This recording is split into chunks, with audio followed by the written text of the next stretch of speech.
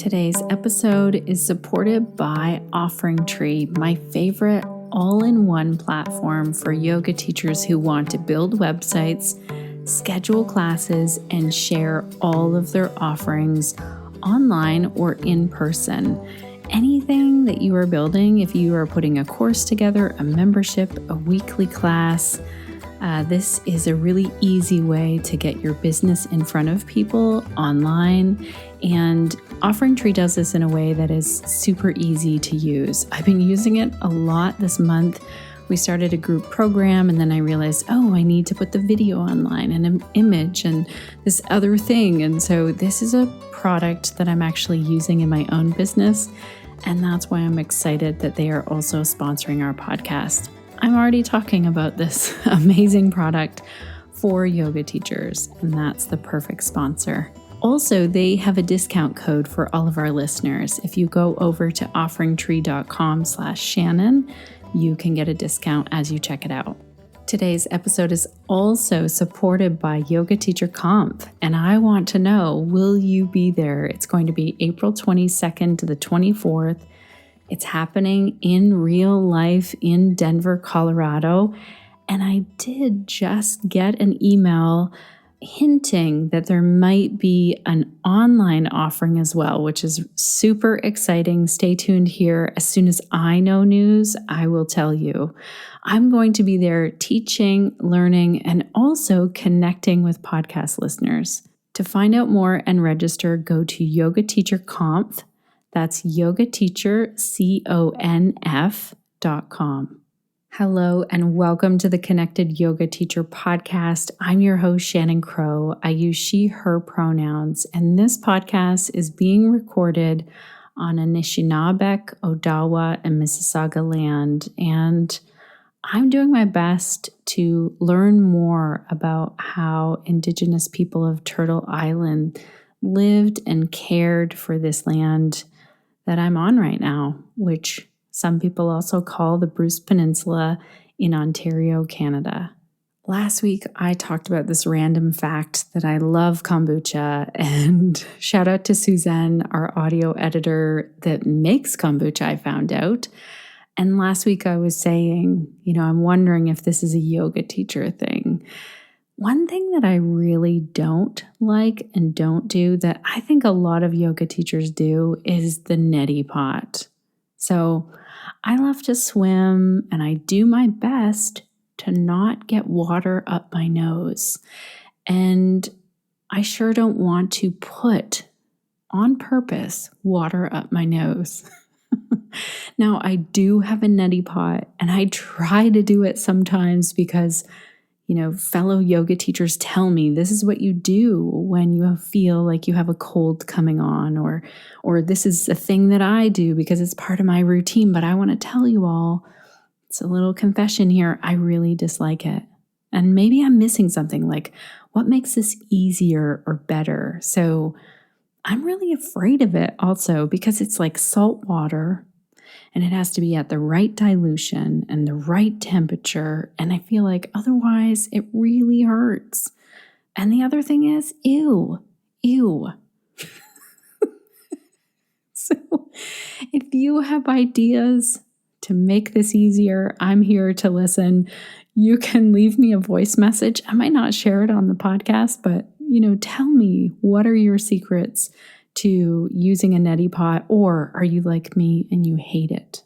That's my random fact. That's as random as it gets around here. Okay, what else? I'm also a mom of 3, a yoga teacher, podcaster, and founder of Pelvic Health Professionals. And this podcast right here was created for you because I understand what it feels like to be a yoga teacher, to be an entrepreneur, to be a yoga teacher, to work really hard to build your business. And I wanted a place where you could come and tune in each and every week and feel supported on the tough days, on the days where you feel like you're winning, and all of the days in between. Last week, I talked about how isolating it can feel as a yoga teacher and as an entrepreneur. This week, we get to hear from Allison Rissel, who is an expert in networking, so much that she doesn't even know she's doing it. It's like breathing to her. If you are a longtime listener of the Connected Yoga Teacher podcast, you might remember hearing from Allison in episode 118 when she shared all about planning a yoga teacher conference. And a lot has changed since that episode. And for those of you who don't know Allison yet, she's the founder of the Yoga Teacher Conf, the only conference just for yoga teachers. And this is a conference that I am super excited to go to in person very soon because it's helping to elevate, educate, and inspire yoga teachers around the world through affordable continuing education, community support, and connection. So you can see why I'm really excited that you get to hear from Allison today. She is super passionate about helping yoga teachers become professional and powerful leaders. And you can really see this in the work that she's doing. She's bringing yoga teachers together, and she's planning this big event for yoga teachers. Allison describes herself as an extroverted optimist, and she loves hiking, skiing, connecting in nature, and hanging out with her husband, Sean. I am so glad that Allison's here to talk to us about how we can grow our network as yoga teachers, because that really is a key part of growing our business. So this is an episode here for you if maybe you've recently moved or you're wanting to meet new teachers or connect with new studios in your existing town. Or maybe you're an introvert who wants to learn some tips for connecting with others. Or maybe living in this pandemic, living in this time of COVID, maybe you haven't felt like you could get out there and network in person. We are going to also talk about how to network online. Allison has some really great tips. I learned a lot today in our talk, and she has the answers to any networking questions. I'm really excited about this.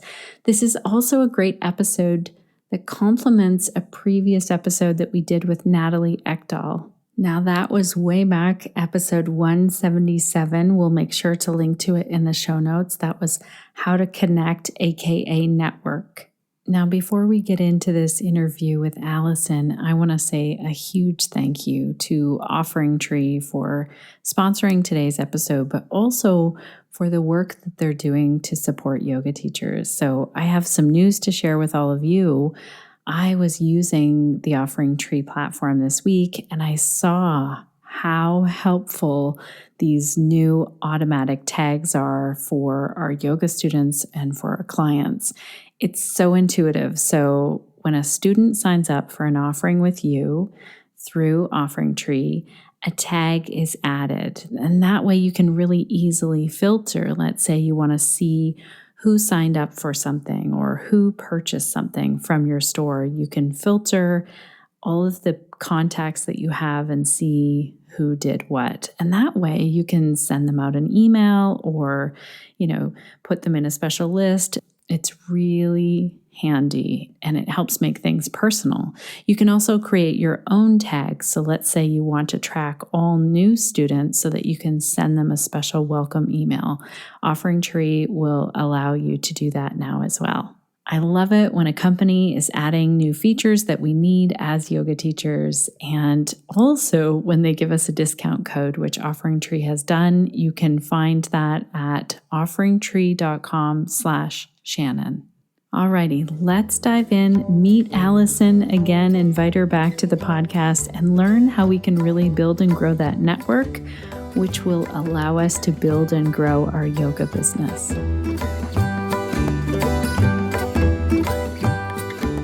Hey, Allison, welcome back to the Connected Yoga Teacher podcast. It's so great to have you here today. Thank you so much, Shannon. I love listening to your podcast, and I'm just super happy to be here. I'm really excited that we get to talk about networking today. We've talked about it a bit on the podcast, but we've had a lot of yoga teachers lately say that they are struggling to connect with other teachers in their town or find someone that they can bounce ideas off of, or it's scary to go to like a big yoga event or a teacher training or something and kind of put yourself out there or we've had yoga teachers saying that they just don't feel confident in networking or connecting with people. So before we get into all of that, though, tell our listeners, what is the work that you do and who do you do it for? So I run the Yoga Teacher Conference. It is a conference just for yoga teachers, the only one that's ever been created. And we provide affordable continuing education, community support, and connection in hopes to really elevate and empower and inspire yoga teachers around the globe. We have in-person events, we have virtual events, and it's all really just designed around this idea of good professional development, but also great community support for yoga teachers, because that's what we really, really need. And so this idea of networking it's an intrinsic part of the conference, because I hope that yoga teachers are able to not only learn, but meet some really cool people who they really get along with, and also build their network and build their business from there. So that's amazing. I love that this is so niche down that it's just for yoga teachers. I go to a lot of conferences or see them online, and they're, like you said, they're for teachers and students. So this is really specialized. Now, when I said to you, I want to interview you as the guest for this, tell our listeners what your first reaction was. So my first reaction was, I don't think I know enough about networking to talk about it. But over the last year, what I've learned is actually it's so intrinsic to everything I do. I actually have a really, really big network. I sometimes didn't realize that. I often thought of networking as like this stuffy thing where you had to go to like a networking event with coffee and donuts and awkwardly give like a 30-second elevator pitch. Oh, that sucks. But networking is so much more than that. And so I realized like, oh, wow, I'm actually really, really good at this networking thing, because it's just about building relationships and communication, which are two of my favorite things to do. So I thought it was hilarious. Like, oh, actually, I'm really good at this. That is why you popped into my mind right away for this topic. Like, you literally could do this as you breathe and sleep. You have connected me with so many people. I also find it really easy to connect with people and then think of other people. Oh, it'd be great if you connect with this other person. But not everyone has that, that's not everyone's easy spot in life. So what would you say to the new yoga teacher or a yoga teacher that moves to a new place? So either you become a new teacher or you move to a new spot, or let's say you're at a new event with other yoga teachers and it doesn't feel like you can easily start to connect. How do we do that? So first, I have moved to several new locations, and that's always the hardest for me, is in a brand new spot. But I think it actually provides some really unique opportunities. I would say the first way, even if you're someone who's really shy, the best way is sometimes you just have to kind of break the ice. And the best way to break the ice is to give a compliment. Everyone loves compliments. There's very rarely a time whenever I compliment someone and they don't appreciate it. And so when you give a really genuine compliment to someone, it just immediately breaks the ice and breaks the tension. And so your compliment could be something like going to a yoga studio. You meet the owner and you just say, I really love the energy of this space. How did you create something like this? So start with a compliment. Next, ask a question related to the compliment. And from there, you'll just start an easy discussion. And it allows the networking experience to be a communication. Communication is half listening, half talking.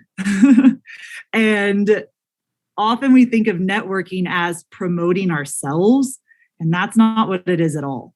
Networking is about building a relationship. It's about listening to the other person, learning about them, and then telling them briefly maybe about yourself and finding ways that you can work together. I don't know if that answers your question or not, or if that went way deeper, but the compliment thing has been my absolute best advice I could ever give. I can start any conversation with a compliment, and it just automatically puts a positive spin on that conversation. Oh, this is great. I love the compliment followed up by a question that connects the two really well, and that you highlighted it's really about listening. So, as a podcast host, I do way more asking questions and listening. And I find like those are some of the great connections that I make. And a huge part of that is that I do feel like I really get to know my podcast guests on the podcast here. And it's not like I'm sharing like my whole yoga story or how I got here. That's a really great tip there, that we don't have to put ourselves out there and like tell everyone what is the work that we do and all of that and have our elevator pitch. One compliment, a follow-up question could be completely unrelated to what we do. This is good. I also want to say that even though connecting with people is super comfortable for me, and I'd love to hear from you, I get very uncomfortable in like a new social setting, especially when there's a lot of people. How do you feel? I feel exactly the same. So it's interesting because before yoga teacher training, or let me say that during yoga teacher training and through my whole yoga journey, I've learned so much about myself, right? I've learned so much self-awareness. I used to think that I was pretty introverted and that I wasn't good at meeting people, and I was kind of shy. Well, turns out as I've gotten to know myself better, actually I'm a huge extrovert. I feel like I could have guessed that. That's what everyone told me as well when I made the announcement. And I'm also actually really good at meeting people. In Strength Finders, I'm what's known as a woo. I don't know if Gallup Polls has a book called the Strength Finders Assessment, and it tells you your top 5 strengths, because it's all about knowing what you're good at and then really leaning into those rather than trying to fix things that you're not good at. So anyways, my number one strength is woo, which is called winning others over. I'm very good at meeting people and getting them to like me. I didn't even know this was a thing. Back in the day, whenever I bartended, I was very, very good at learning about people and listening to them and getting them to like me. Again, a lot of nurses are really good woos as well, because they want their patients to feel safe and comfortable. So anyways, what was the question? The question was, do you ever feel uncomfortable when you come into a new space especially when there are more people there? Yes. So still, even though I know that this is now a strength of mine, that's made it easier, but I still always feel intimidated. I still always feel a little nervous when meeting new people, because it is intimidating. It's scary. You don't know. Most of us always just want to be liked. We don't want other people to hate us. And so it's that fear of, oh my gosh, well, what if I say something stupid and they think I'm stupid? Or what if I say something wrong and, now they're going to think, now they're not going to like me. And so you have to kind of get over that fear, I think, and start to realize that everyone has that same fear. Every time you're involved in a conversation with someone, they're thinking the same thing, like, oh my gosh, that was so stupid. I can't believe I said that. And you, as the person listening, that does not faze you at all. And I think that most people are like that. Most people want to just genuinely connect with someone. They just really want to connect with other people. They want to like other people at the end of the day. So in a new situation, it is scary. It is intimidating. Everyone feels the same way though. So don't think it's just you. It's everyone, including the super strong extroverts like me. It's so true. It's so true. Thank you for saying that introverts as well as extroverts. And I mean, I live with an introvert, so I realized the difference because I was thinking, I like my alone time. I like smaller groups of people, but I'm definitely an extrovert because I get more energy when I hang out with people. Like after a day of doing podcast interviews, I'm like, whoo, I'm so energized. And Sean, my partner, is like, okay, I need a break from talking to people. This is really sucking the life out of me. And we all have that same thing of like, oh my gosh, I'm going to talk to this new person. I love that you highlighted, we all say things where we're like, oh my gosh, why did I say that? Or I think I really messed up with that. So that's comforting to know as well. So do you have some tips or ideas on how to network? Let's say we get to the conference. And before we dive into that question, actually, let's talk about the conference because I feel like this is going to be the first time that I will be around a large number of people in April. So let's first tell our connected yoga teachers about the conference. Yeah, so the Yoga Teacher Conf is happening April 22nd through the 24th in Denver. And it's our first in-person event, which I know there's still some hesitation around in-person events, but from what I've been hearing from people, from other yoga teachers, is we're feeling lonely and isolated. And so most of us are ready for an in-person event. We are ready to give hugs to each other. I will double mask and douse myself in hand sanitizer if it means I get to give you a hug, Shannon. I'm with you on that. Oh my gosh.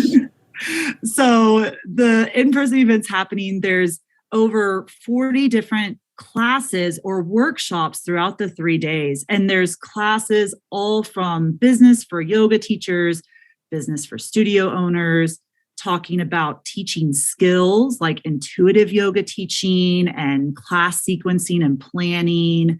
We have yoga therapy classes.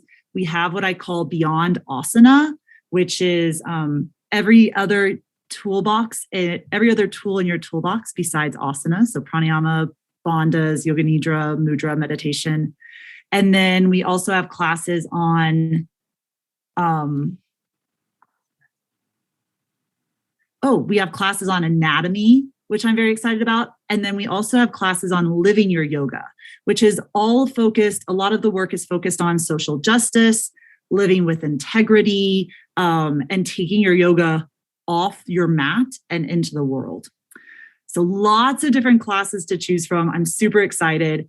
And a big part of the event is also just that connection, that networking with others, that being in community and holding space for each other and having other people hold space for you. There's something really powerful about that in an in-person community, is just feeling the energy of everyone else. It's a powerful, powerful thing. So I'm excited about it. I am so excited about it as well. And I know that the way I start to think about something when I think about going to the event, so I'm really excited to go and excited to teach there and learn there and connect with people.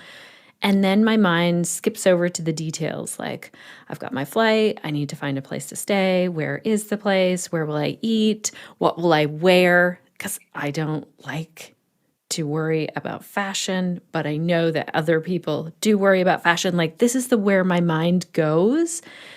Do you have anything to say when yoga teachers are feeling all of that? Oh, and I just want to highlight as well, one of my big concerns was how will my safety be cared for as well at this conference? But let's first talk about just even before COVID times, all of the detail thinking and how that can impact us going to an event.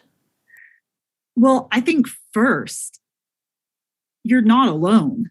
That's where most of our minds go to is, oh, this sounds great, but now it seems like there's a lot surrounding it. It's just like a vacation, you know? Oh my gosh, going to Cancun sounds amazing, but what am I going to wear? I got to go buy new swimsuits and then I got to look into my flights and I got to find a hotel. All of those details definitely do come up, but they're fun. They're fun because at the end of the day, you're going to get to go and connect with and hang out with all of your friends. Just like it's worth planning a vacation because it's fun and it's worth it. So that's always my thoughts. So whenever you're looking for an event, it's really important, I think, I've been to events before that are not well organized and there's not a lot of communication. And so one of our values actually at the Yoga Teacher Conf is communication. Maybe sometimes I over communicate, but I think it's important to be very transparent, to be upfront. We have affordable hotel rooms because I think that's also really important. Our hotel rooms are only $149 a night. I've been to events before that it was like a $400 hotel room, which I'm a yoga teacher and I can't afford that. So I think all of those details are taken care of or will be communicated to you through a well-organized event. Oh, this is super exciting. I'm so glad that you brought this up, that it's not us if those details seem like they're not communicated. Because I remember going to one conference, I won't say the name, and feeling like, maybe the organization and the communication wasn't there. Then I went to the Accessible Yoga Conference with Jivana Heyman and all of his amazing people. And so many of the details were communicated to the point where I was like, oh, this really brings me comfort. So great point about that. And on that note, you have already communicated with me, we're going ahead with the in-person, and here's how we're going to make it safe. So tell our listeners how you gave me comfort then in terms of me saying I want this event to be safe during a pandemic. Of course, trust me, we all do. We all do, because I know that it's still really scary. So we're requiring vaccines. We're requiring vaccines right now. It's a pretty standard practice here in Denver. We're actually on a mask or vax policy right now in the whole city of Denver, where you either have to wear your mask indoors, or if an event like a concert can prove that 95% of their people are vaccinated, then you don't have to wear your mask. So we are requiring vaccines. And I want to say we're requiring full vaccines, which is right now, both shots. I also want to say things always change and progress. So be aware of that. But that's, to me, the most important part is I need to keep everyone safe by being vaccinated. And that's an important piece. We'll also have, the typical standard protocols. We're going to have hand sanitizer everywhere. The staff at the hotel is vaccinated and will also be wearing masks. So all of those other standard practices that we've all come to expect are definitely going to be happening as well. That's amazing. I really appreciate you putting the effort and the work into this. And I know it's a whole other thing that you have not had to think about at your conferences before. It is so stressful. Yeah. I have a few other friends who also plan like events and stuff. And all of us every week are just like, okay, what new thing are you doing? And how are you doing this? We're always talking. And so much of our conversations are always around COVID, and each of us are doing different things, which I also find really interesting just to see how it all plays out in the end and how it all goes. But running an event right now it's a lot of work. It is. I appreciate that you're doing that. And then I remember also being in conversation with you before, like when, it was like last year when you were talking about it and you had a plan B then. You were like, you know what? If everything gets shut down, then we'll move this online some way. And I think that also just gives me comfort as someone who's presenting there and also as someone who wants to attend. Okay, so let's say We get to the conference in April, and our goal is we do want to network. I think that this is one thing that can really help a yoga teacher to build their business. When someone else knows about the work that you do, then they can tell others. I think also it builds the foundation of kind of reaching out to someone. Like you just said, I'm reaching out to these other event planners, and we all can talk about things together.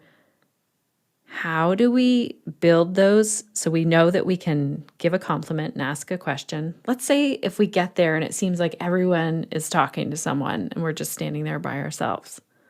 That's a great question. And it's really, really tough. I think first, whenever you go to a class, sit by someone new. I guarantee that there will be someone else there feeling like you. Like it may look like everyone's buddied up, but they're not. There's always someone that's just like you and looking for a friend or someone to connect with. So go and put your mat down beside them and just start with the compliment and the question. I really like your yoga mat. Where did you get it? Or the other great thing about a conference, a very easy question is, what other classes have you attended and how were they? So just want to throw that out there. But just find the other person. It may take you a while. You may feel like it's taking forever for you to scan the room, but I promise it's not that long and there will be one other person there. There's also, we're going to have networking events and there'll be like cocktail round tables set up for people to have dinner. Sometimes you just have to sit next to people that you may not know. And it may look like they all know each other, but they probably don't. They're probably just meeting and talking to each other. They're probably not friends. You can sometimes get a vibe with if they're really good friends or if they're just meeting each other. Find those tables where they're just meeting each other and just sit down, and someone at that table will probably start to include you in the conversation. It will just happen. You also have to remember at least at the Yoga Teacher Conf, everyone there's a yoga teacher. They are just like you. They are probably feeling shy and nervous. They're probably really strong empaths, and they really just want to help and they care. They really genuinely care. And it's such an awesome community to be in, a group of people who just genuinely care. So. Connected Yoga Teachers, I'm popping in here for a moment because I want to see if you are going to attend Yoga Teacher Conf in Denver, Colorado, April 22nd to the 24th. And I have some really exciting news that I cannot wait to tell you. My great friend Amanda McKinney and I are going to be doing a all-day workshop. It's happening on the Friday before the conference really kicks off, and it's from 9 a.m. to 4 p.m. It's all about going from scattered to clarity. So we are going to help you get clear on your yoga business goals. Amanda and I both get really excited and we geek out about this kind of thing. If you are feeling like, oh, I have all of these ideas, or I've heard all of these things to help me to grow my yoga business, maybe even here on this podcast, but you're thinking, how do I actually take this information and apply it to my exact yoga business? That's what we're going to help you to do in this all-day workshop. So you can register for that. I'll make sure to put a link in the show notes to register for that. There is a limit on space, so if you're going to do that, make sure to do it early. It would be amazing to see you in person and to really dig into your yoga business. So for all of the information on that, go to yogateacherconf.com and look for the all-day workshop with Amanda McKinney and I. Now, what about for our yoga teachers who can't make this conference or for whatever reason cannot make an in-person networking thing, maybe in their own community? You know, we have some yoga teachers who are immunocompromised or who are caring for loved ones who are or don't feel comfortable at this time going out and networking, and that goes in waves right now, we've learned as well. So what about when we're stuck at home by ourselves, trying to figure out the next email automation or how to integrate Zoom and this tech issue that we have, how do we network then? I love this question because I think we've all realized that we actually need to build online networks. It is so important in the past year and a half. I mean, having you, Shannon, and some of my other online friends, it's the only way I've been able to stay sane. And there's lots of ways we can build connection. First, and the easiest is honestly just through social media. Building relationships with people, sending them DMs, and maybe it's a yoga teacher in your own community. You see that this other yoga teacher or the yoga studio owner that she's homeschooling her kids and she's doing all these other things. You may just want to reach out to her and be like, hey, I see that you're really struggling right now. I want to let you know I'm here for you. I would love to just chat with you. I need to talk to someone. I bet that teacher would also really love to talk to someone too. We're all looking for online connections. So DMing people who are just like you and just saying, hey, I really liked this post. Just saying something like that. And if you say it enough times, they'll start to know who you are. They'll start to recognize you. They'll start to, comment on their posts. They'll start to reply to you. And you can build a connection that way. I do think it takes longer to build that kind of connection. It's not as instant as an in-person connection. So you may have to play the long game of commenting on someone's posts and sending them messages, not a lot of messages. Like, I want to be clear, you don't want to message them every day. All right. Just like once a week, maybe. And always make it authentic. But just commenting on their stuff over time, they'll start to actually recognize you. I actually had a yoga teacher who wanted to teach at my event, and he networked his way into my heart by commenting on my posts and just saying, hey, Allison, I saw this post. It really resonated with me. This is what came up for me. And I replied to him. It was kind of cool. We built an online connection and it took a couple months, but we still keep up with each other now. And I'm interested in his work and he's interested in mine. So it just happened. So that's probably the first thing, is just commenting and sending people DMs. I have to say there's also something really powerful about like a Facebook group where you can meet people. Once again, it's commenting on their posts, it's sharing your experiences, but also listening to theirs. And there's also something really special if you have the privilege and the money to sign up for someone's, like small group mentoring session or a small group, some kind of small group session. Oh my gosh, it is a fantastic way to network. You do have to show up live, but it is such a wonderful community, and those people will become your friends. You will be invested in each other, especially if the leader is a really good, strong leader. I'm in a session, I've done a session with you and Amanda McKinney before, Shannon, and that was really wonderful. I made some really good connections there. I'm currently in a mentorship with Tristan Katz, and it's been really amazing to see them hold space for all of us. So if you have the money, a small group mentorship is a great way to network as well. That's so good. I've also noticed something about social media. Sometimes when people message me, like let's say they're a podcast listener and they, send a quick like laughing face or something at my story or like it or something. Sometimes I will just say, hey, like, how's your week going? And I've had many people react to that and say, you know what? Like, I'm so glad you asked me. Actually, this week's been really stressful, or this week's been really great. And I think we can just be curious, like, what's this person up to today? One yoga teacher and I have connected on social media, and we share a lot of recipes. Like, we don't talk about yoga that much, and we watch each other's stories of what we're making, and we have found an interest outside of that. So I think you said it really well, like, don't be messaging them constantly. Everyone is busy doing their life and their business. But for sure, I notice when people, maybe share a podcast or send me a note or something, and it's so cool to also dig in and check out the work that they're doing as well. This is good. Yeah.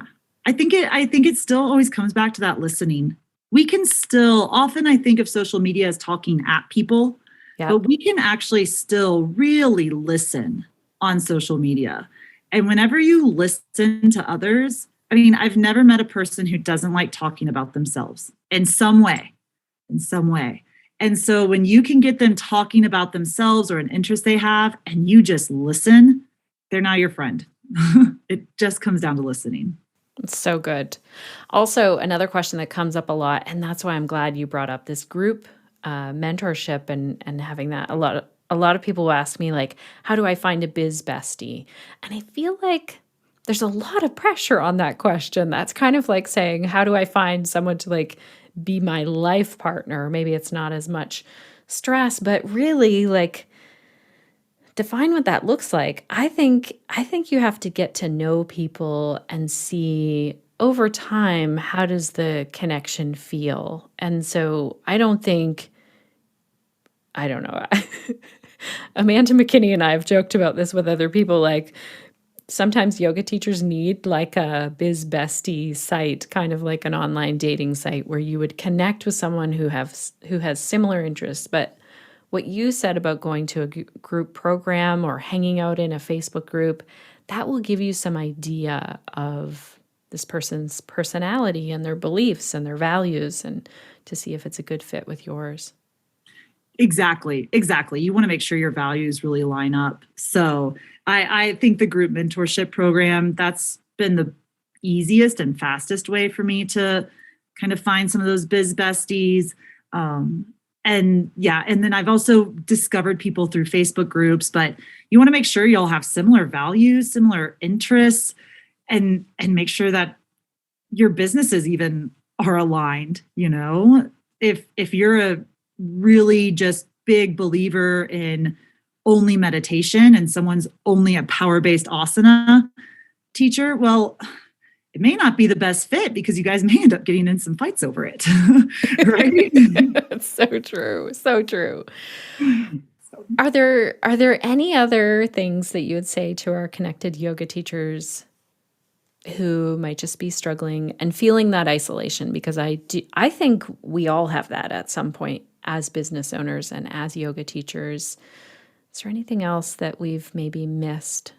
Yeah, so I do want to talk just real quickly about the yoga teacher in just a town, not networking in your own community, not at a conference, not online, just in your own community. How do you meet people? Because sometimes you walk into a yoga studio as a brand new yoga teacher and you don't know anyone. It seems like they have their own cliques or that there's drama in the studio. Well, first, let me say that if you walk into a yoga studio and you feel like there's teacher drama in the studio, don't teach at that studio. That would be my first best piece of advice. That is a great piece of advice. Yeah. You are interviewing the studio as much as the studio should interview you whenever you're getting a teaching job. So that's my first piece of advice. But second is an easy way to network is to go to people's classes. I can't tell you how many, I know most of the yoga studio owners in my town because I make it a point to go to the studio owners' classes. And I can talk to them briefly before and just find out how their day is going. And I can talk to them briefly after, continue our relationship. I go to other teachers' classes. I mean, it seems easy or it seems too simple, but that's the best way to meet other teachers is just go to their classes. And yes, you may have to pay to attend their classes. But in the end, it's usually worth it because you just get to meet new friends. So, and then you also don't have that kind of cliquish vibe while you're in the middle of a yoga class. So it's a little bit easier. So that's my best piece of advice. Dive into your personal practice and go to other teachers' yoga classes. That is great because you really also get to see, like, is this yoga a good fit with me? And what this teacher's saying, like, you can pick a lot up in a yoga class, values, beliefs. You might learn new things and start to question, some things that you knew in your yoga teacher training over the years. That's a great way to kind of do two things at once. You're taking care of your own yoga practice, and you're trying out new yoga and meeting new people in your community. And I also want to say the same thing happened online. So when teachers were going online so much, I signed up for different classes all over the world with different teachers, and I really got to know different teachers in the community in a whole new way. So that reminds me, I haven't done that for a while, and that would be fun to do that again. So if you're feeling like you're like me, you can't go to a local yoga class where I am right now, they're all closed. You could go online and do it as well. Exactly. And then especially if you're DMing with someone and you're like, ooh, maybe they'll be my bestie, or I just like to get to know them better. Take their online classes. It is the best way to really get to know someone. So, yeah, this is so good. Okay, I cannot wait. I'll have my hand sanitizer on hand and my masks and all the things to be able to hug people. I just recently said in a podcast interview, like, I can't wait to hug people. And then I clarified, I will ask permission first. I won't just run up and hug people. Hopefully. There's also a part of me that's like, am I going to be super awkward in a large group of people? It's been years now since. So that's another consideration. I can tell you from my experience, because I have been in larger groups before, like concerts and stuff, the very first time it was a little uncomfortable. You're like, wait, why are people not 6 feet apart? It's like that personal space. It feels like people are too close to you, even though they're a foot away from you. So it did feel a little uncomfortable. I have to say I got over it pretty quickly. But it was a little awkward. Says the extrovert. That is true. You're true. Like, these are my people. This is what fuels me. That is very, very true. But I do think one nice thing about the conference is it isn't like we will have a little bit of space to move. There's a nice outdoor area. It's small, but if you're feeling like, oh my gosh, I need to get out of here, you can go to that outdoor space, take some breaths. There should be enough room to move and create some distance between yourself. Yeah, I'm curious to hear from the introverts listening now. What do you do? Because I'm sure, introverts network as well. And then they need to have a different self-care practice to recharge. So they can let us know in the comments on the show notes page for sure. And I have heard from some other introverts about because they do attend my conferences. And most of them, what they say is that they come down, they go to classes, they connect and blah, blah, blah. And then they usually will go back up to their hotel room for a little bit. And they just need some time to recharge, maybe take a nap or whatever it is. And then they'll come back down. So from what other people tell me, it's nice for them to stay at the hotel so they can kind of disappear and come back and forth. So that's the strategy I've heard. Yeah. Amanda McKinney and I were talking about this, how we might all be craving that alone time if we've been living in houses full of people. So yeah, we're all there with you in terms of we all want to network. We all want to connect with people in some way. And we can figure it out together and build our community. One other thing that I would just add, one thing I tried at one conference is I would scan the room like you had said, Allison, and look for, someone who looked like they weren't talking to anyone and maybe they were looking around, and I was just guessing that maybe they'd like to talk to people. So I made it a point to go do that, and I made some really amazing connections that way. So yeah, try that out. I think it's just really important to remember that networking is not about you. Yes. Networking is about the other person. Yeah. Okay. Oh, that's so good. All right. Well, we can do that as yoga teachers. We definitely care about other people. Exactly. That's why it's so wonderful. Okay, so when is early bird registration? Because I know that's happening with the conference. I also really appreciate that the price is very accessible. Yes, we actually even have a justice pricing model. So you can pay the standard rate before the early bird is only $279. Early bird ends on March 4th, and then the price goes up to $330. And we'll still have a little bit of the justice pricing model there as well. So that makes it hopefully more accessible for yoga teachers to attend.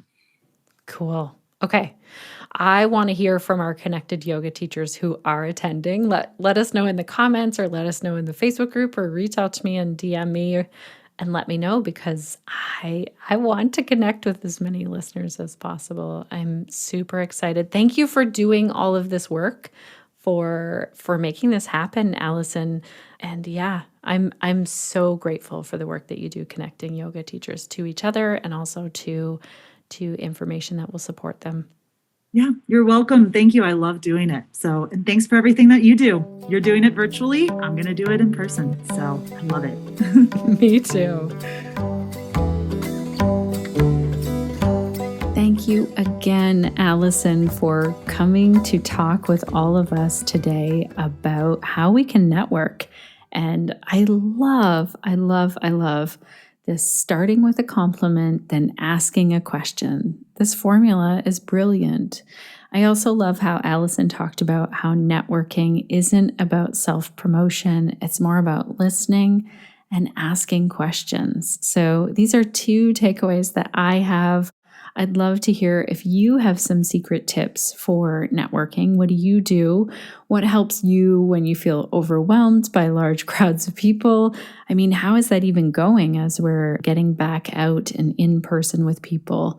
If you see me at the Yoga Teacher Conf and I seem awkward, it's probably because this will be the first time that I'm getting out and about with people, with large groups of people. Make sure to wave and say hi to me, come up and chat.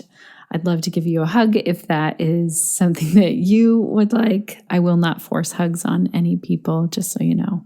I also want to give a big shout out of thanks to two of our podcast listeners. So Alice is one who said a few months back in November 2021, Shannon did a fab podcast interview with Claire Villarreal about creating audio meditations for Insight Timer. Shannon, you asked us to let you know here if we're going to start using audio recordings in our business. And Alice goes on to say, I had never made an audio recording before, but was really inspired as I'm a regular user of Insight Timer. I made it my mission to upload just one meditation to the app as a teacher before 2022. I uploaded my first on New Year's Eve and have produced and uploaded 3 more since. And get this part, connected yoga teachers. Alice then says, I really wanted music to back my meditations, but couldn't face scrolling through sites to find some. So I recorded my own on my digital piano. 2 passions wrapped up in one. Oh my gosh, Alice, this is amazing. Alice then says, I would not have done this if I hadn't listened to the podcast. So thank you so much for the inspiration. The link to my meditations is below. Alice shared that in our Facebook group. If anyone would like to listen, it was a huge learning curve with recording hardware, software, and editing, but I'm pretty pleased with the results and know I'll improve with more practice. Good luck to anyone else trying out this form of teaching meditation and breathwork. Thank you so much, Alice, for leaving this in the Connected Yoga Teacher Facebook group and then giving me permission to share it here on the podcast. We love to hear your wins. I'll make sure that we link to your Insight Timer in our show notes as well. Congratulations. Also, I love how you set a deadline and you're like, ooh, it's New Year's Eve. I need to get this up here right away. I hope that our listeners take that little nugget. It's a gem. It's a really good nugget for any goal setting. Make sure to have a specific date on that. Even if you push it right until the very end, that New Year's Eve moment, set a date, set a specific date so that you know and you follow through. I'll also make sure to link to the episode with Claire because it was a favorite. Tess also left a comment about this episode saying, "Thank you so much for sharing this on the podcast. I listened to it yesterday evening while on a walk because I seemingly can only focus on podcasts if I'm walking. I tried to listen to it in the house but kept getting distracted by other things." I get it, Tess. I do the same thing sometimes. And then Tess goes on to say, "And today have started playing around with Otter and other tips you and Claire talked about. This is such a game changer for me. Thank you very, very much to both of you.